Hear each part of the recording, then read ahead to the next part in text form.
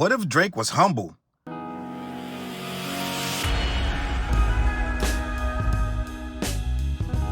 What up, word? Your boy Charles Brown back again, talking facts. Hit that like button, hit that subscribe, hit notification bell. Keep sending those Cashapps to CLBMG. Join the membership gang. Listen, I was thinking about an alternative universe that I don't think we would have this whole situation that we have with Drake, Kendrick, the industry, hip hop, trying to excommunicate your boy Drizzy. I don't think we would have any of this if Drake was humble.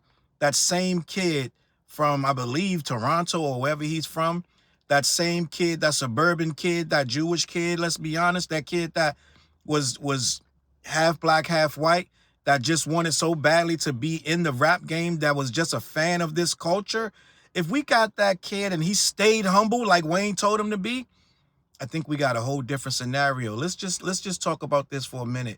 I feel like if Drake was humble, I don't think we would have the arrogance of a person thinking he could have ghostwriters and keep them private and do pop records, but try to say he belongs on the same podiums as a Jay-Z and a Nas.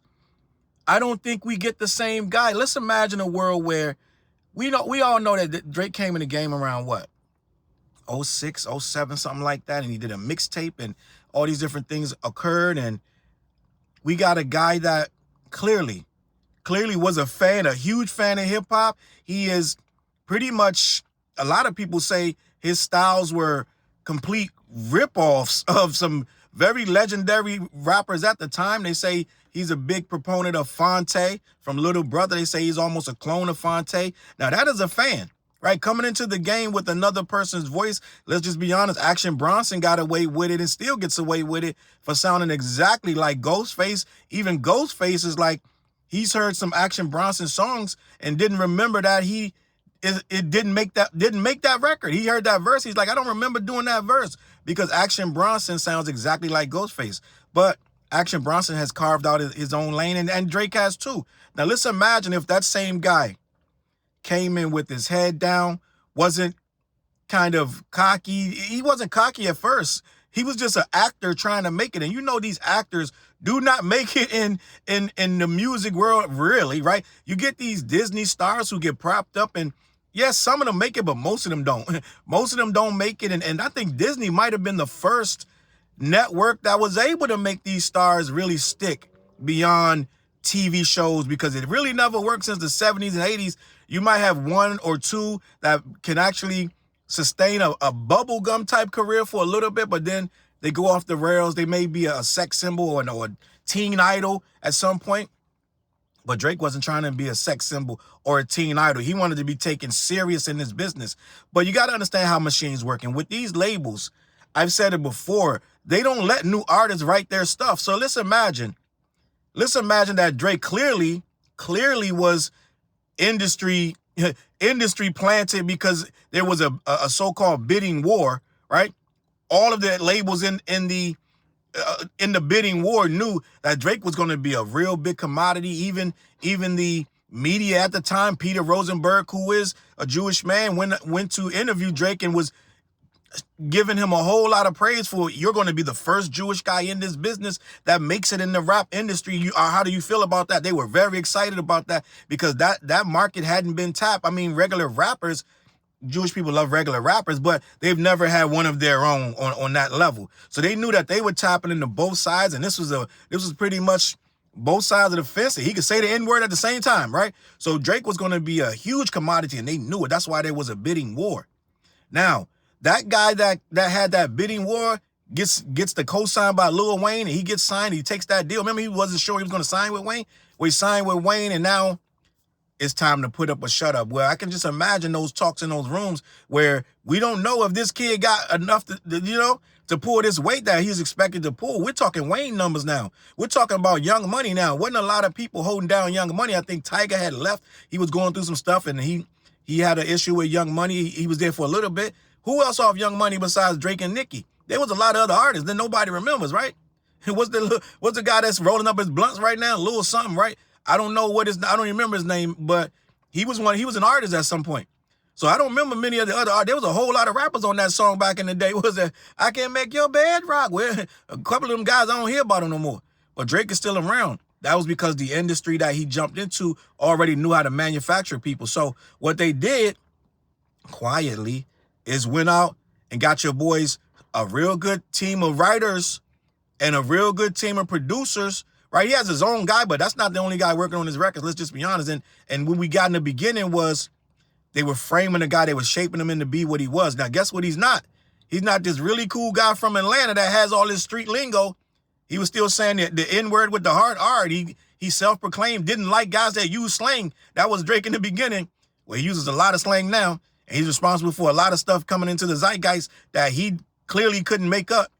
A lot of really cool songs. Well, that's because people that were hired specifically to write those cool songs for him. Now, imagine if he stayed humble.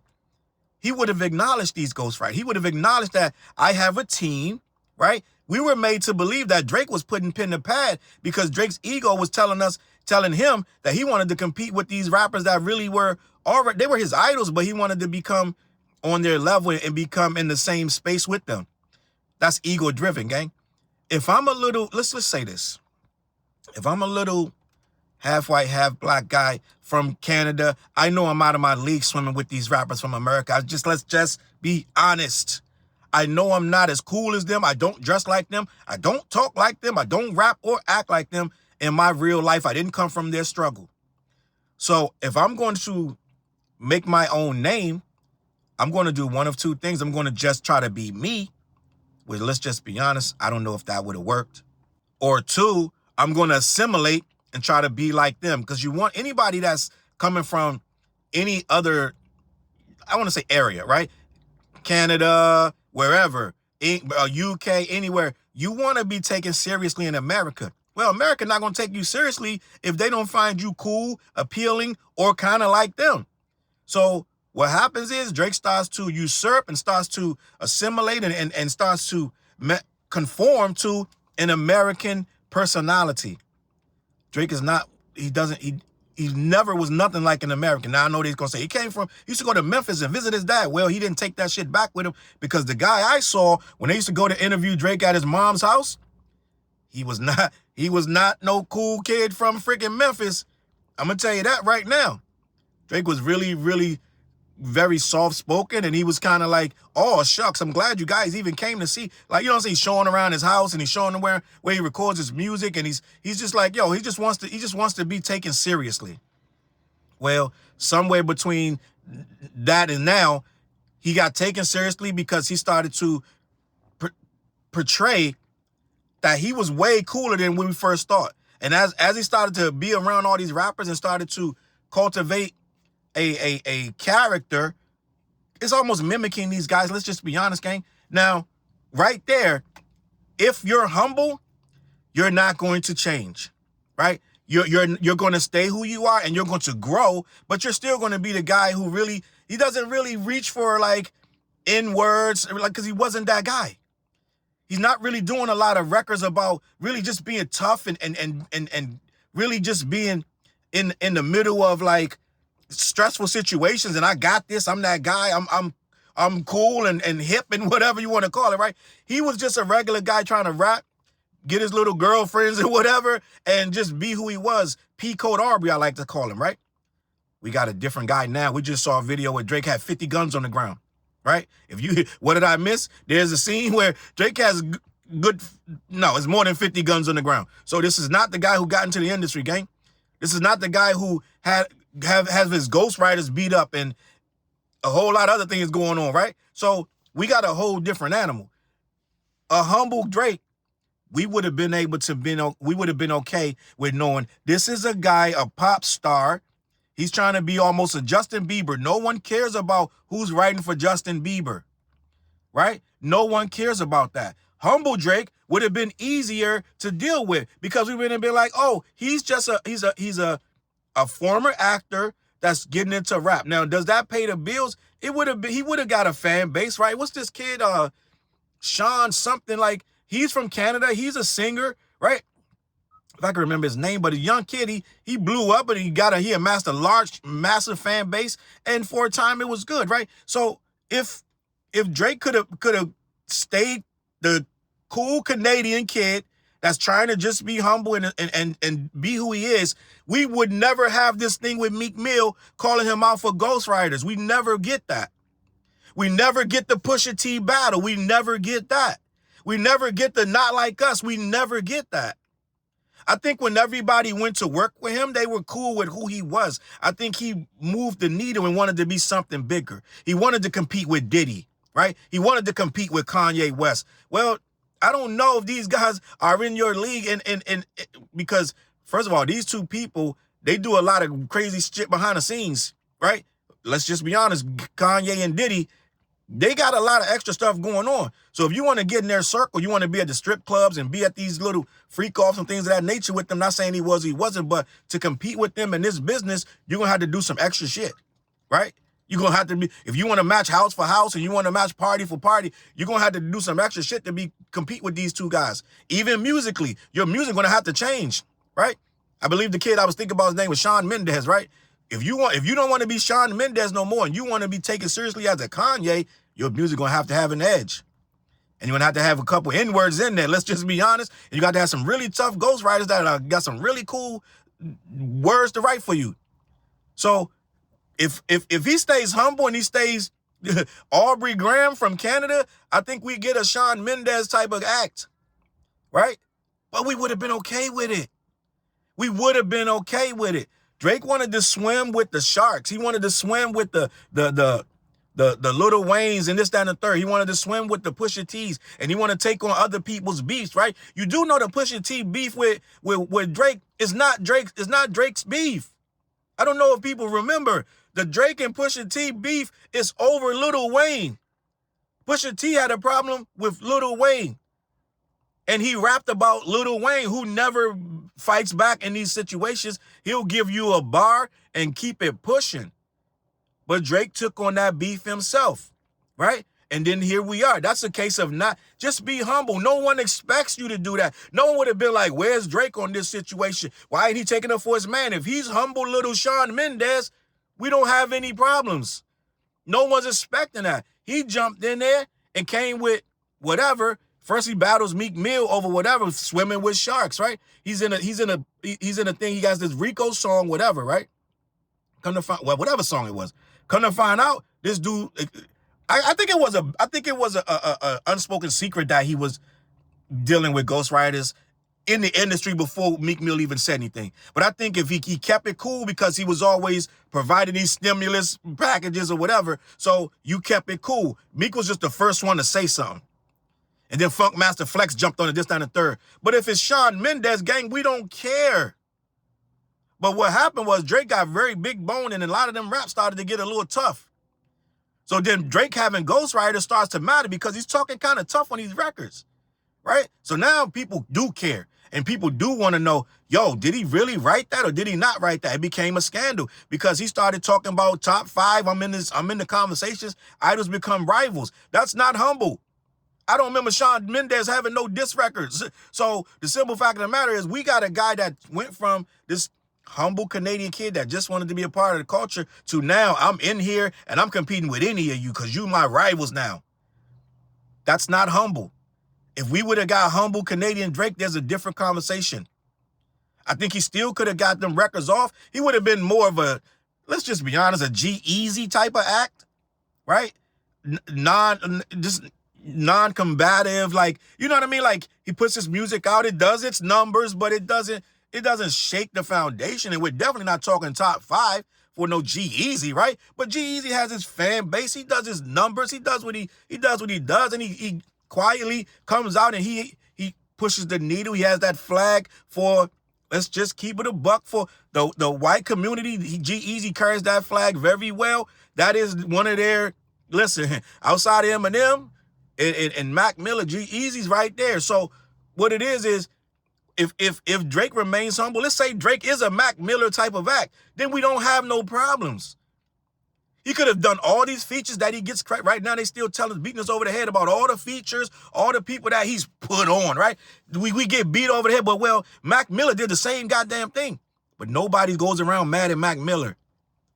I don't think I've ever heard a Mac Miller diss record ever in my life, nor did I hear him firing back. Maybe I'm bugging, maybe I ain't plugged in, but I ain't never heard nobody except for, who was it? Your boy from DC that got completely slaughtered. He tried to say something about him after he passed away. But end of the day, we didn't have to have this Drake. He didn't have to have this much conflict. He didn't have to. The control verse, you didn't have to say anything. He put you in that control verse because by that point, you were looked at as one of the top guys. Well, who knew you were getting ghostwriters at that time? I don't think that was common knowledge yet. I'm just going to be honest. Maybe Kendrick knowing there's a whole conspiracy now that just came out that Kendrick wrote Poetic Justice verse for Drake, and that's why Kendrick disdained for him. That's a whole fan theory. I'm going to do a video on that later down the line. But end of the day, what we're getting is we got a guy who could have just been a guy from Canada that isn't too like familiar with this whole thuggish, ruggish thing. No, we got a guy who started to, like they like to say, cosplay, that he was very in tune with the culture and all the things that come with it. We know Drake was not in tune with this stuff. We know Drake don't know nothing about mob ties. I'm sure that Jay Prince would have accepted him either way because he's a bag regardless. So he didn't need to put on this act of mob ties. It is what it is. All this stuff, get it. All of a sudden now you got a Southern accent, right? He didn't need to do all that. Now, would he have been as accepted? No, no, let's just be honest. But part of the mimicking of the Southern accent is what made him accepted, what made him be able to bump in those strip clubs. I'm sure he went to those strip clubs and wants his music in there at all times. He wants the red light special. When he walks through the door, they start running up. Ray Drake is here, they throwing bills, That comes with a certain attitude. It comes with a certain identity. So he wanted that. I get it. But what happened was you swam with these sharks and then it was time to play, right? When it was time to bite these sharks back, it wasn't so simple. It wasn't so simple to bite Pusha T. It wasn't so simple to bite Kendrick. Now here we are where you literally went full on white and put a lawsuit out over a diss track, right? Wouldn't have never been no diss record. I'm sure Kendrick and Drake would have been just fine for that entire 10 years. If Drake was humble from day one, he wouldn't even have been included on the control verse. He wouldn't even have been involved in the control verse whatsoever, right? But we got a guy who wasn't telling us, okay, I'm just trying to be me. That's who I want to be. I have a team. We write together. He didn't even have to say, I got ghostwriter. It wouldn't have been ghostwriter because you would have told us. You would have been like, yo, I have a team. My team, the OVO, we do this as a collective. People would have understood, gang. Let's just be honest. If he's like, yo, we do this as a collective, me and 40, people would have been like, fine. We wouldn't have been no more. We wouldn't have inquired anymore. We would have left it alone. We would have been like, oh, that's Canadian G-Eazy, right? With a touch of Shawn Mendes, right? So it would have been fine. We would have been okay with Drake. But now since he got so tough and big bone and brolic, and we see this guy tearing up the charts and he gets a lot of credit for a lot of stuff that a lot of is machine driven. Let's just be honest. Universal Music Group is a very powerful machine. They can make probably anybody watching this video blow up to a certain degree. Right? Yeah, you got to have some talent and you got to be able to put some good records. But at the end of the day, they got a really good machine over there. So Drake gets credit for being #1 in the game. And it's not, at one point they were talking about Jay-Z need to move out the way. Right? It was a whole lot of nonsense talking in regards to Drake. So what if this guy was humble like he was supposed to be, like he should have been? Like I said, the music industry, when you come in, they make people write for you. We would have understood. They don't let new guys do their own records. They don't let new guys do their own material for the most part, especially if you're open to it, right? Most real rappers not even, like who writing what for who? You crazy than them up. Most real rappers not going to even entertain the idea of someone writing their bars. Who could write better than you? If I'm a real rapper, you can't write my raps for me better than me. So most good rappers wouldn't even have the conversation. That's like bringing in the Nas and talking about, yeah, we got this verse from you, from MC Search. You gonna write that? Nas gonna be like, you. So I'm gonna grab my coat and I'm gonna head out because I'm not part of none of this. I don't know what y'all got going on. So for us to have the conversation about ghostwriters, we first gotta understand the guy that would allow a ghostwriter in the first place. That is a pop act, and we're okay with Drake being a pop act. But rap has its own rules. And one of the rules is if you are going to have somebody write for you, at that point, you guys are a group. You're Kid and Play, right? Salt and Pepper. You guys are a group. It ain't just I'm in the front acting like I'm the head honcho of this, and I got all these raps, and I don't say nothing about the guy back here with the pen and the pad. Right? I think if we got humble Drake, the AKA Shawn Mendes Drake, who just owned it. I have a team. We write really good records. We like to drop stuff in October. Like, he just would have been cool. We would have accepted it. Fine. There's no battles. There's no lawsuit. There's no problems. He just dropped his records like Jason Derulo. When they come out, people decide if it's a good record or not, and they play the record. Right? But we got all this extra drama because of the ego, the hubris, and the inability to just fall back and be who you are. He wanted to be on Wayne's status, and he got it. Well, Wayne catches a lot of slack. Wayne gets a lot of beef. A lot of people come at Wayne. Wayne chooses to ignore most of it, right? Wasn't it Gilly coming at Wayne for a while? A lot of people came at Wayne. Pusha T, a lot of people. But Wayne just ignores it and moved forward. Drake didn't do that. Now here we are. Lawsuit and all, right? Iceman, this, that, and the third coming out. We don't know what it's going to sound like, but we do know he ain't going to be the only one writing on it, right? And that's it, man. That's all I want to say. Like it's like Marvel What If. Like it's like an alternative universe, right? And here we are. So, end of the day, I think we only got all of this because Drake did not humble himself like Wayne told him to. Wayne told him, don't change, be who you are. Drake didn't listen, and here we are, gang. Let me know what you think in the comments, man. Could it be possible that we could have got a whole different Drake if he was humble? I don't know, man. It is what it is. CLBMG. Head on over to black-yeti.com. Let them know who sent you. Also, every Wednesday, we go live on The What Show on all my social media platforms. Me, TJ, and Flares. We talk about all kind of things, urban politics, and this, that, and the third. Just like stuff that goes on. All right? And I'm about to do this Patreon account probably next week, and I'm going to let y'all know about that. Tap in if you're interested. All right, I'm going to catch y'all on that flip side. Peace. Look, mission impossible to drop a few lines without dropping old times when Southern Hill was still a gold mine. When pistol grips was my shit and I sold mine. When Alias was not a show and they told mine. Elevate your mind with high quality THC infused products. BlackYeti.com. Black-Yeti.com.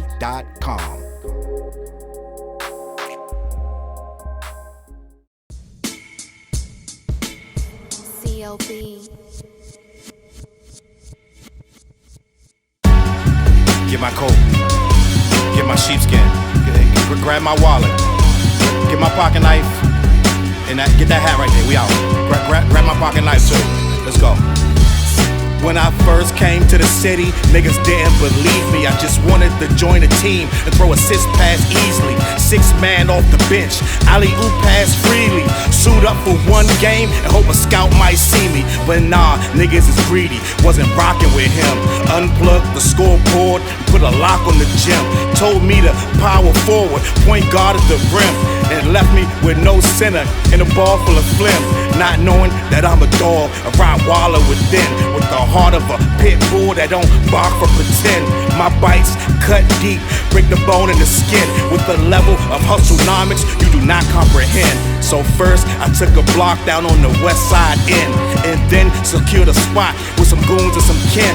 And then sent out some flyers, let the games begin. And in 6 months time, the city like that's him. Oh yeah, he the one that moved the hustle to the burbs. And yeah, he the one that knocked the hustlers off the curb. And yeah, he the one that set up shop without a word. And he the one that got it cracking, and all he did was rapping by the Hooters. I kept killers from being shooters. Put a mic in a thug's hand, now he loyal like Pats fans. Take a man off the streets past the needles and crack cans. Promise mama to keep him safe, then put some food in his face, and he'll kill for you. But I don't need him for that. Click like, click share, tell them bitches we back. Share the whole location, tell them niggas where we at. Cause we out here, we ain't the cheese, we the trap.